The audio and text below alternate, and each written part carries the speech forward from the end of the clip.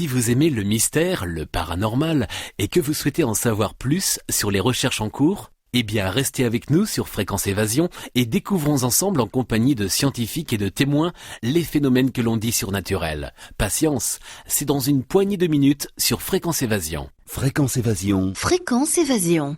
Dans quelques instants, nous serons en compagnie de Christelle Seval, c'est la clé du mystère, et nous allons parler du BUCJ, c'est une base extraterrestre, c'est tout de suite, c'est sur Fréquence Évasion.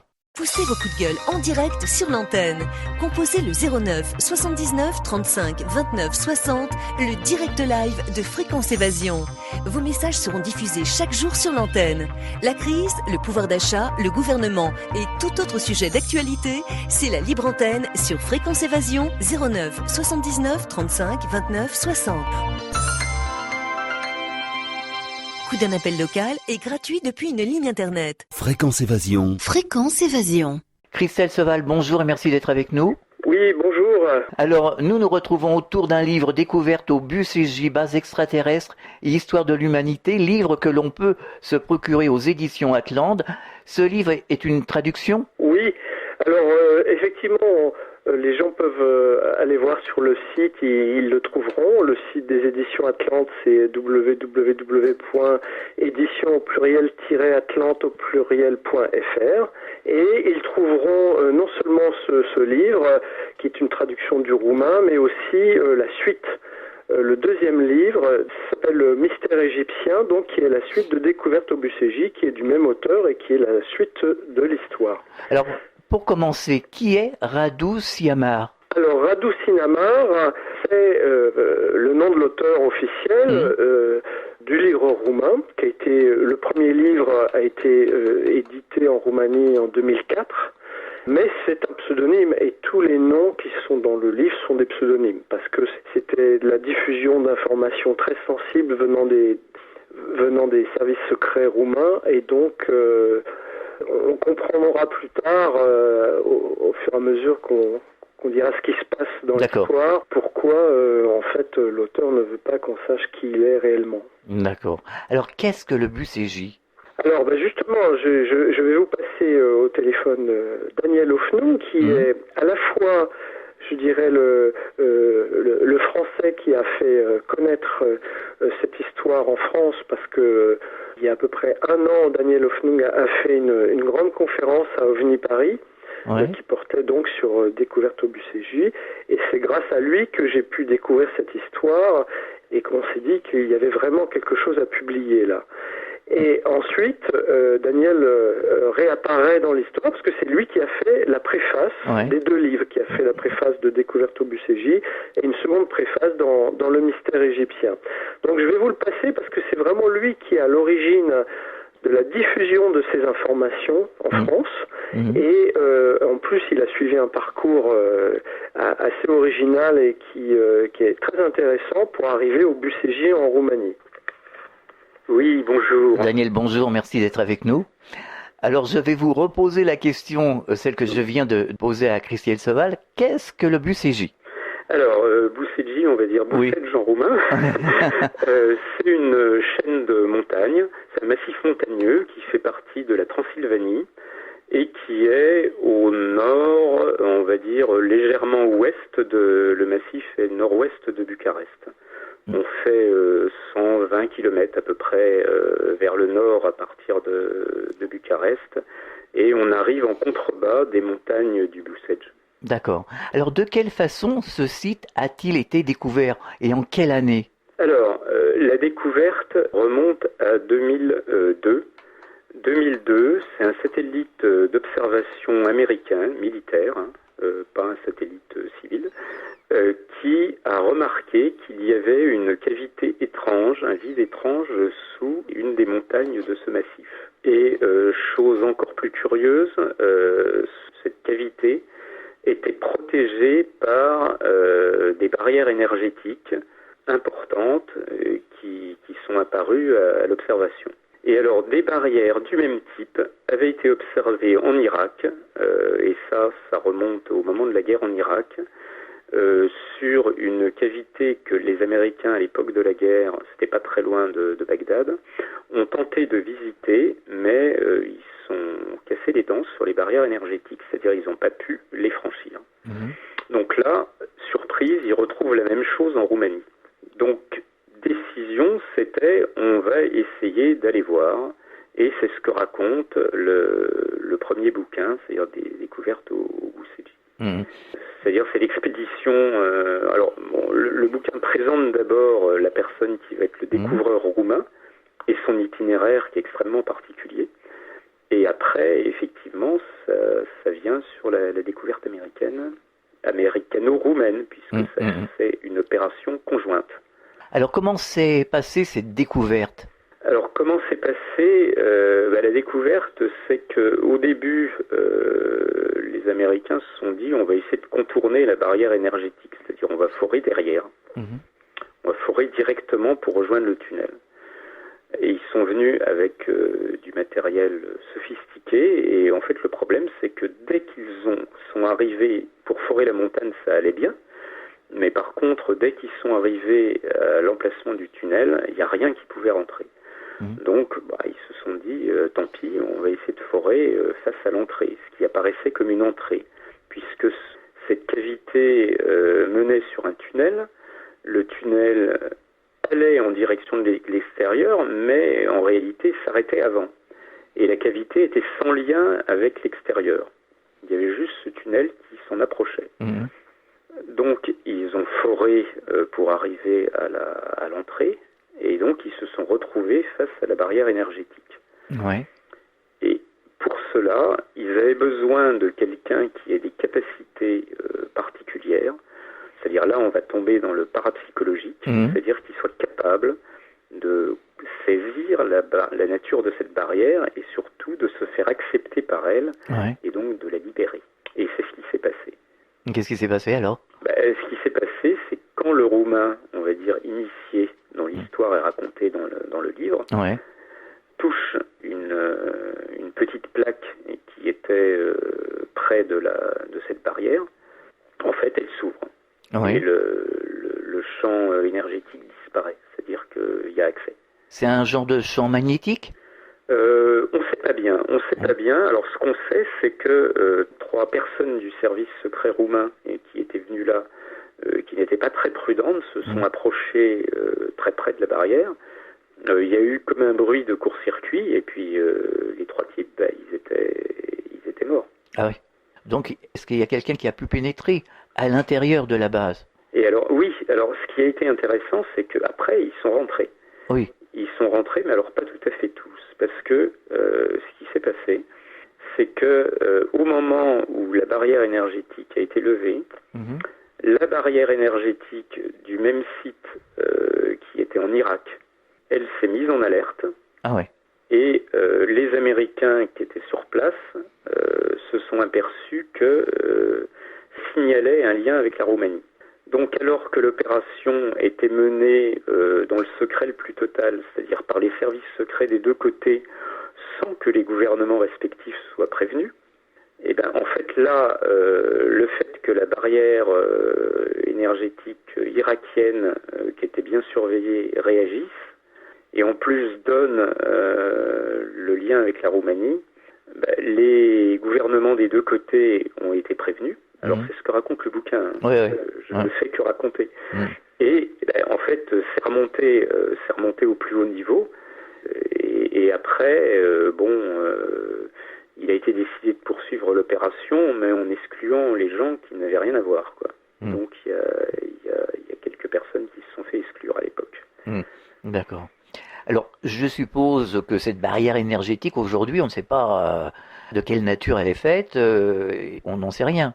Alors, on ne sait rien, non seulement de la barrière énergétique, mais on ne sait rien de la nature de ces tunnels, la nature des revêtements de la salle, parce que tout est hallucinant là-dedans. Ah oui, qu'est-ce qu'il y a à l'intérieur, justement? C'est-à-dire que les tunnels, les murs sont revêtus d'une matière qui est plus ou moins lumineuse, qui est, on va dire, une surface un petit peu moirée, enfin je sais pas bien comment expliquer, enfin moi je l'ai pas vu, mais c'est ce que dit le bouquin, et qui est à la fois minérale et organique, donc on ne comprend pas.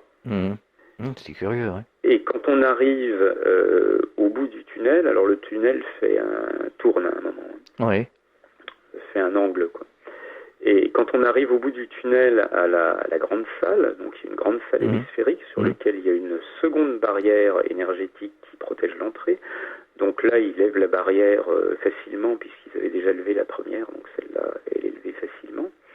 Et ils se retrouvent devant une installation absolument sidérante parce que, d'abord, elle n'est pas du tout faite pour nous. Elle est faite pour des gens beaucoup plus grands. Oui. C'est-à-dire que les tables là-bas, au lieu de faire 74 cm, ça doit être la norme chez nous, je sais pas si je me rappelle bien, à peu près. Elles font 2 mètres. Ah, oh là, oui, en effet. Elles font 2 mètres, c'est-à-dire que les gens qui ont fait cette installation étaient des géants un petit peu plus de 2 fois plus grands que nous, ce qui mène à 4 mètres et des poussières, quoi. Ouais. Ce qui fait beaucoup. Oui, c'est énorme. Et dans cette salle, tout est proportionné pour eux, pas pour nous. Mais bon, malgré tout, ils visitent et il y a des tables. Il y a des tables des 2 côtés. Et ces tables, il suffit de prendre un escabeau, enfin, on arrive à aller à la surface, évidemment, on monte. Il y a un genre de pupitre qui est gravé dans la matière de la table. Et quand on actionne, on s'aperçoit que des hologrammes apparaissent. Ah ouais. C'est-à-dire que c'est une mine de connaissances qui est sur les tables des 2 côtés de la salle. Certaines sur la biologie, d'autres sur l'univers, d'autres sur des tas d'autres sujets. Et ça nous dépasse largement parce que on serait bien incapable de réaliser des dispositifs pareils. Donc on se trouve face à une civilisation bien plus avancée que nous, qui a été sur Terre à un moment et qui visiblement est partie, puisque au fond de la salle, il y a un autre dispositif qui permet de visualiser, alors toujours en relief, des scènes du passé de la Terre, assez loin, et de l'humanité. Et en questionnant ce système, ils sont arrivés à savoir que la création de ce lieu remontait à 50 000 ans. Christelle Seval, je vous propose de marquer un temps d'arrêt. On revient dans quelques instants.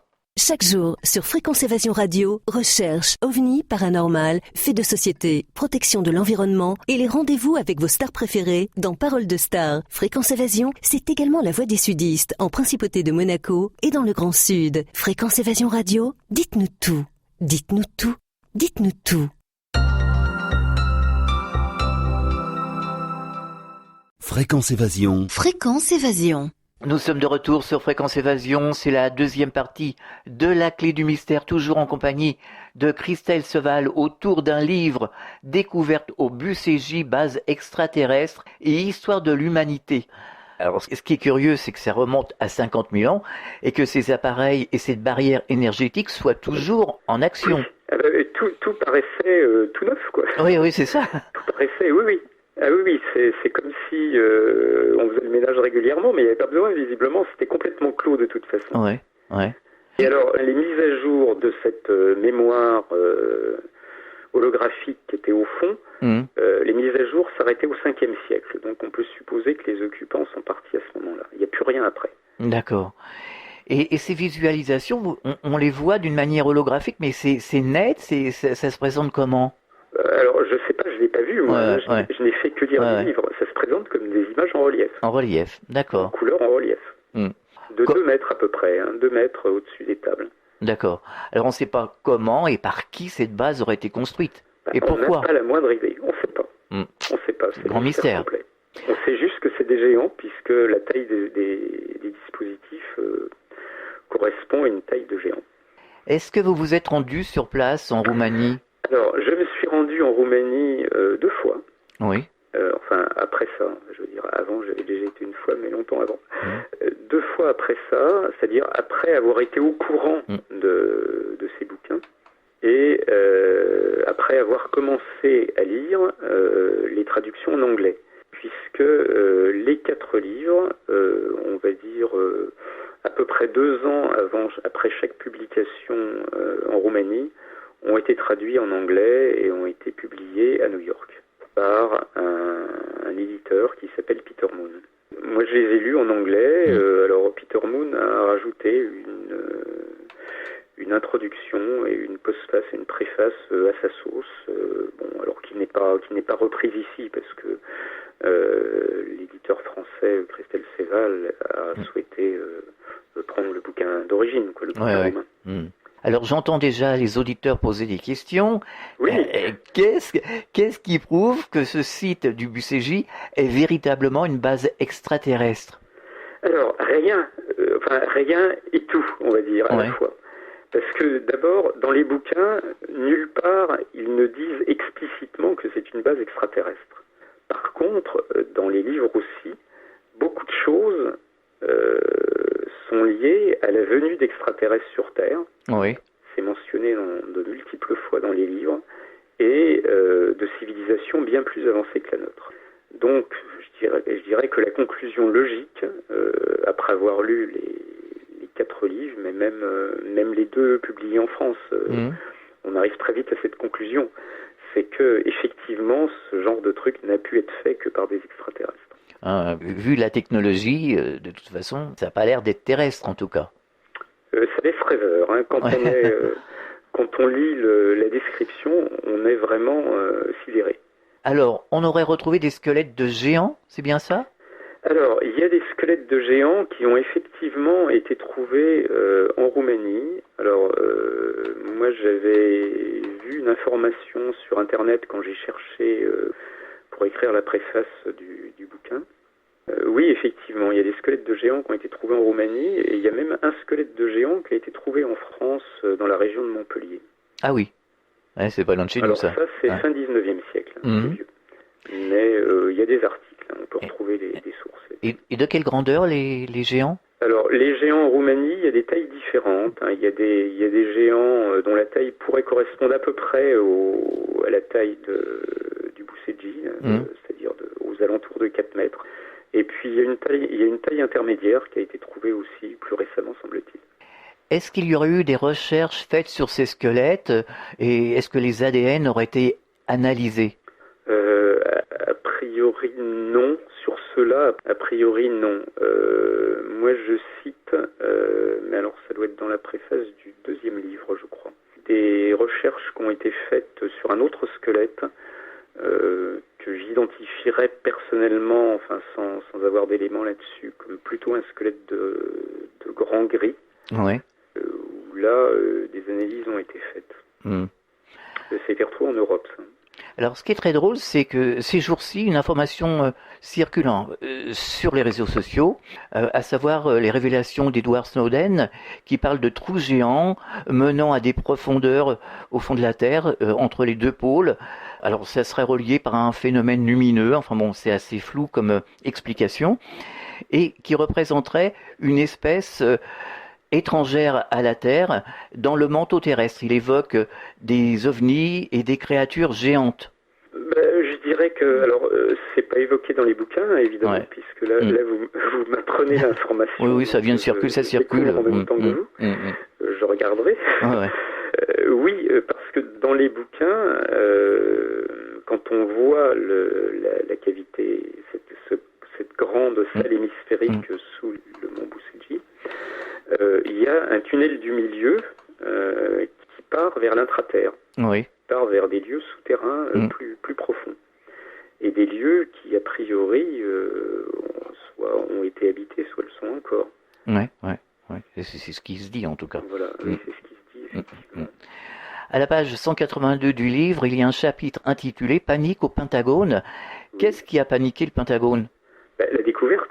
C'est ce que je vous disais, c'est-à-dire c'est en fait le fait que cette mission avait été faite par les services secrets des 2 côtés. Les autorités n'étaient pas prévenues. D'accord. Et en fait, le fait que le système qui est en Irak ait été mis en alerte par le système en Roumanie a amené que les autorités des 2 pays soient prévenues et donc évidemment panique au Pentagone. Alors dans le livre, on évoque la naissance d'un enfant prénommé César dans les années 70 qui serait né avec un cordon ombilical trop long. Qui était cet enfant? Alors cet enfant, c'est lui qui va en fait plus tard va permettre d'ouvrir la barrière énergétique. Donc cet enfant, c'est un enfant qui naît dans des circonstances très très bizarres, c'est-à-dire un cordon ombilical trop long, un cordon ombilical que le médecin accoucheur n'arrive pas à couper avec ses ciseaux. Ouais. Donc il est obligé de prendre un scalpel, ce qui est vraiment pas habituel. C'est bizarre. Hein. Et comme on était à l'époque de Ceausescu à l'époque, et qu'en Roumanie tout était surveillé, en fait, il y avait un système, un filet, on va dire, sur la société roumaine avec la tristement célèbre Securitate. Ouais. Évidemment, l'hôpital, quand il remarque quelque chose, dans la maternité, quand il remarque quelque chose d'anormal, la Securitate est prévenue. Et la Securitate vient et s'entretient avec les parents, prend le dossier, c'est-à-dire le dossier disparaît de la maternité, et les parents ont ordre de prévenir par des rapports réguliers du développement de l'enfant et de tout ce qui remarquerait d'anormal. Donc ils sont chargés de faire un rapport mensuel. Et en fait le dossier est transmis par la Securitate à un département particulier qui s'appelait département 0 et qui est le département sur tout ce qui est les phénomènes parapsychologiques et autres. Genre de choses qui existaient dans les pays de l'Est. Enfin, c'est connu qu'en Russie, en URSS plutôt, il y avait beaucoup de choses qui étaient cherchées dans ce domaine. Alors cet enfant César aurait vécu certains phénomènes très particuliers. Oui, vous pouvez nous expliquer quel genre de phénomène? Dans son enfance, oui. Il y a des choses vraiment très surprenantes. D'abord, ses premières années, il est très calme, il pleure pas, et il reste des périodes très longues sans bouger.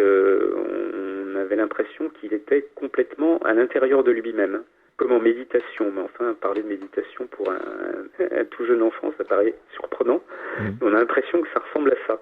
Et il y a un épisode où il reste quasiment hypnotisé devant sa mère. Elle aimait bien dessiner, elle affichait ses dessins dans sa maison. Il reste quasiment hypnotisé dans un dessin de sa mère qui était principalement autour d'une spirale. Et donc ses parents préviennent le département là-dessus, puisqu'ils avaient ordre de le faire. Et parce que le gamin, il bouge pas, quoi. Il est hypnotisé, il bouge pas. Il va pas manger, il reste là. Ouais. Et en fait, ils lui disent ne faites rien, laissez-le. Et en fait, au bout d'un certain temps, c'est-à-dire le lendemain, le gamin finalement bouge et va manger. Et donc c'est le genre de choses qui se produisaient, quoi. Alors après, il y a une prémonition, il y a l'épisode de la récitation, celui-là il vaut le coup. Ah oui, expliquez-nous. Alors donc le gamin évidemment, mais il est scolarisé, hein, oui. comme tous les enfants. Et donc c'était à l'école élémentaire, et l'institutrice leur distribue un texte qui était un poème à apprendre par cœur. C'est-à-dire elle leur demande de l'apprendre en classe, c'est-à-dire de le lire plusieurs fois, et après elle les prévient qu'elle va les interroger. Et alors le petit César, lui, il prend la feuille, et puis en fait il la regarde pas. Il regarde au plafond, il regarde par la fenêtre, il regarde ailleurs. On a l'impression qu'il s'en fout. Alors l'institutrice, elle lui dit, mais César, faut pas oublier, je vais t'interroger tout à l'heure. Lui, il répond, non, ça va. Et puis après, son tour vient, elle l'interroge, et puis le gamin, alors qu'il l'a pas regardé, il récite le texte sans la moindre erreur. Alors là, elle est complètement médusée, elle se dit, quelque chose qui est bizarre là-dedans, et elle lui dit, tu restes après la classe, je voudrais te demander. Donc, après la classe, les autres gamins sont partis, elle lui donne un texte, elle se dit, peut-être que le texte que j'ai donné, il l'a vu chez ses parents, peut-être qu'il y a une autre raison, quoi. Donc, je vais lui donner quelque chose qu'il n'a aucune chance de connaître. Elle lui lit un texte, et puis après, elle lui dit récite. Le gamin ressort le texte sans erreur, tel quel. Donc là, elle convoque les parents, puis les parents, évidemment, le disent après au service secret, qui leur dit, rien, continuez, quoi. Et en fait, eux, ils sont en observation, quoi. Et en fait, tout va basculer à partir du moment où la mère va retrouver le gamin en lévitation dessus de son lit. Alors là, c'est trop gros, donc là, les services secrets roumains vont venir subtiliser le gamin et le prennent à ses parents, quoi. Et donc, il va être élevé la suite de son éducation, elle va se faire dans une base du département 0, donc dans un lieu militaire. Mais ça va être la chance de César, parce que ses parents ne le comprenaient pas vraiment. Ils étaient dépassés par ce gamin qui avait des capacités qui étaient hors de leur registre à eux, quoi. Et au département 0, son éducation va être faite par quelqu'un qui en fait est soi-disant un médecin chinois, mais qui en réalité est quelqu'un qui est d'origine tibétaine et qui a des connaissances dans le domaine du sacré, des connaissances extraordinaires qu'il va transmettre à César, et c'est lui qui lui fait sa vraie éducation. Et c'est lui qui va lui permettre cette progression, on va dire, qui va éveiller complètement ses capacités. Et aujourd'hui, qu'est-ce qu'il est devenu, ce petit César ? Ce petit César, il est un des dirigeants du département 0. D'accord. En particulier, il serait chargé des contacts avec l'intraterre. Ouais. Encore quelque chose qui fait un écho à ce que vous me dites. Ouais. Sous-entendu avec les populations de l'intraterre. Tout se recoupe finalement. Tout se recoupe. Mais alors ça, je ne sais pas si c'est dans un des 2 bouquins publiés. C'est peut-être dans un des autres que j'ai lu en anglais. Alors il n'y aurait pas une histoire de boule lumineuse ? Alors, boule lumineuse, c'est autre chose. C'est quelque chose auquel je fais référence dans ma préface. Ouais. C'est un bouquin qui a été publié aux mêmes éditions Atlante, qui s'appelle OVNI en France, et c'est sur une personne qui, fils d'agriculteur dans l'Aveyron, a vu, alors qu'il était jeune, des boules lumineuses se balader dans la cour de la ferme. Ouais. Et après, il y a toute une série d'épisodes, il essaye de suivre une boule lumineuse, il voit une genre de soucoupe volante dans un pré voisin, il a des visites dans sa chambre, etc., etc. Et après, à la fin, il termine par plusieurs années après, et donc après avoir eu des contacts réguliers avec des extraterrestres, en fait, mais qui sont des humains, des humains extraterrestres. Il va chez eux un certain temps dans une base extraterrestre qui est sur Terre. D'accord. Non, c'est des boules lumineuses, on en voit dans le ciel. Hein. Oui, je sais. Voilà. Donc aujourd'hui, ça commence à devenir assez commun. D'ailleurs, sur les réseaux sociaux, il y a beaucoup de gens qui font des photos, qui les font circuler. Enfin bon, je vous propose de marquer un temps d'arrêt. On revient dans quelques instants. Fréquence Évasion Radio.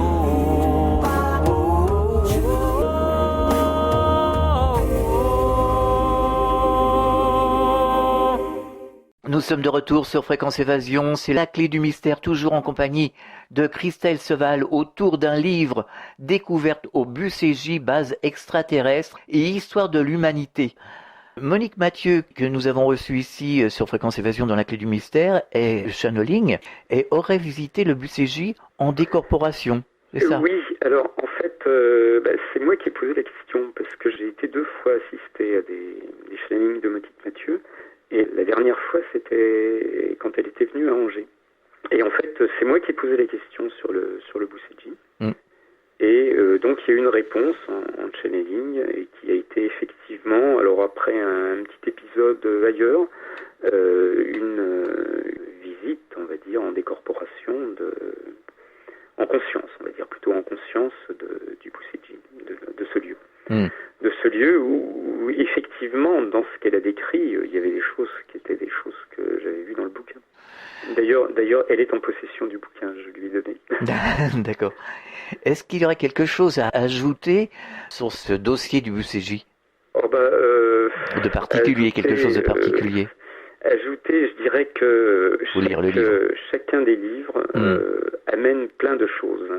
En particulier, le deuxième, dont je sais pas, vous reparlerez peut-être une autre fois, amène encore un monceau de choses différentes et de découvertes, d'explications qui permettent de mieux comprendre des choses qu'on n'a pas bien pigées dans le premier. C'est vraiment... cette série de bouquins est quelque chose d'assez extraordinaire.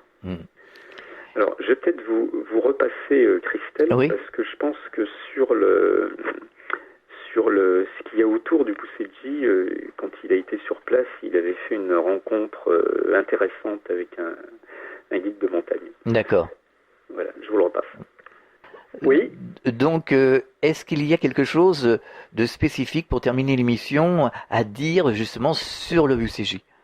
Quelque chose de spécifique, Oui, il y a beaucoup de choses à dire encore. De particulier. C'est pour ça que il faudrait plus de temps, mais bon, moi sur place, parce que j'ai été au Bousserdji aussi cette année, c'était au mois de juin. J'ai pu rencontrer, parce que donc j'ai randonné dans la montagne pour trouver s'il y avait des indices, notamment parce que Daniel a pas eu le temps d'en parler là, mais il connaissait, Daniel, des Américains qui avaient recherché l'entrée de la base secrète et qui étaient tombés sur des militaires qui leur avaient dit de faire demi-tour. Ouais. Donc moi, je suis pas tombé sur des militaires, par contre je suis tombé sur un guide de montagne originaire de la montagne, qui était né dans la ville d'à côté, et qui m'a confirmé toute l'histoire, et qui m'a dit d'ailleurs de faire attention et de pas rechercher cette entrée de base secrète, sinon j'allais me faire tirer dessus. Ah oui. Ah oui. Et par qui? Par des militaires. Après, D'accord. il m'a même dit l'OTAN. Hein. Oui. Je sais pas s'il s'agit vraiment de l'OTAN. Je sais pas ça, je sais pas dire. En tout cas, il s'agit de forces certainement à la fois américano-roumaines, ça c'est sûr. Peut-être même qu'il y a aussi des militaires d'autres pays, notamment Israël, parce qu'Israël est cité dans le dossier. Après, il y a de multiples indices aussi de validation du dossier, mais qui sont des indices qui sont pas directs, quoi. Je dirais des indices indirects. Mais il y a de quoi raconter pas mal de choses. Est-ce qu'on a observé des phénomènes autour du site? Alors ça peut être dans le ciel, ça peut être sur Terre, enfin bon. Oui, alors je peux vous en citer plusieurs. Oui. Des parapentistes qui, en passant au-dessus de la montagne, se sont retrouvés tout d'un coup comme dans une zone sans gravité, ou du moins une zone très très particulière au niveau de la gravité. D'autres choses aussi autour de la montagne, ça je l'ai vu à la télévision roumaine sur une émission qui date de 2009, où on interrogeait les habitants qui témoignaient de gros booms et de tremblements de terre qui n'avaient reçu aucune explication scientifique. Donc les habitants disaient, si, il y a eu un tremblement de terre, on l'a senti, on a entendu un boom, etc. Et les scientifiques disaient, non, nous on n'a rien enregistré, on comprend pas. Ensuite, évidemment, il y a beaucoup de choses en Roumanie qui sont pas forcément directement sur ou sous cette montagne, mais qui sont autour. Et ça, justement, on va le découvrir dans le film de Démian. Oui. Donc c'est un réalisateur français. On l'a reçu ici, oui. Ah, vous l'avez reçu, Oui. d'accord, très bien. Et donc, il va vous parler de tas de choses. Il va vous parler des tablettes de Sinaïa. Alors, Sinaïa, c'est la ville qui est au pied de la montagne. Et il y a les fameuses tablettes d'écriture qui serait l'écriture la plus ancienne jamais retrouvée, une écriture même plus vieille que l'écriture sumérienne. Après, il y a plein de choses qui sont un petit peu plus loin que le Bousserdji, mais qui concernent quand même des choses très bizarres. Par exemple, il y a cette pyramide holographique qui apparaît dans le ciel une fois par an. Voilà, ça sera donc dans le film de Démian qui s'appelle L'autre terre des dieux. Peut-être aussi des observations d'OVNI, non? Alors, des observations d'OVNI, personnellement, j'en ai pas vu et je n'ai pas rencontré de témoins directs. Par contre, oui, j'ai lu des observations d'OVNI, mais bon, on peut pas dire que ce soit, plus marqué qu'ailleurs. Je veux dire, il y en a partout. C'est vrai. On en trouve absolument partout dans tous les pays. Donc, j'ai pas remarqué que la Roumanie, sur ce plan-là, était plus visitée que le reste du monde. Mais oui, il y en a. Alors, on peut vous retrouver sur Internet, www.edition-atlante.fr. Oui. Je suppose qu'on peut trouver des informations, certainement, sur le Bousserdji, sur autre chose aussi. Alors ça, c'est le site des éditions Atlante. Où je présente simplement les livres, avec la 4e de couverture, et puis on peut commander les livres. Sinon, non, j'ai pas un site vraiment d'information. Une page Facebook, non? Oui, alors ça, voilà, parce que j'ai créé une page Facebook. Oui. que chaque jour, je poste des informations, à la fois des informations au niveau de ma page Facebook Édition Atlante, qui sont des informations qui concernent soit les auteurs, soit les livres. Et cette page Atlante est rattachée à ma page personnelle Christelle Seval, dans laquelle je me permets de mettre des choses qui n'ont pas forcément de rapport direct avec mes livres. Et donc, voilà, chaque jour, j'entretiens tout ça. Et effectivement, là, donc, ça apporte des informations, parce que là, c'est du vivant. Hein. Ah ouais, c'est sûr. Et la page Facebook, c'est un lieu d'échange. Ouais. Par exemple, là, hier, j'ai relayé donc le post de Mark O'Byrne, Oui. en ce moment, qui est l'auteur de 0,001% d'expérience de la réalité. En ce moment, Mark O'Byrne est à Nouméa, et dans son post que j'ai relayé hier, il racontait une histoire complètement dingue, où il a rencontré quelqu'un, enfin de Nouméa, un habitant des îles, et il l'a rencontré en voyage hors du corps. Et ils se sont dit plein de choses et qu'ils allaient se retrouver, effectivement, et il a fait sa connaissance physique quelques jours plus tard.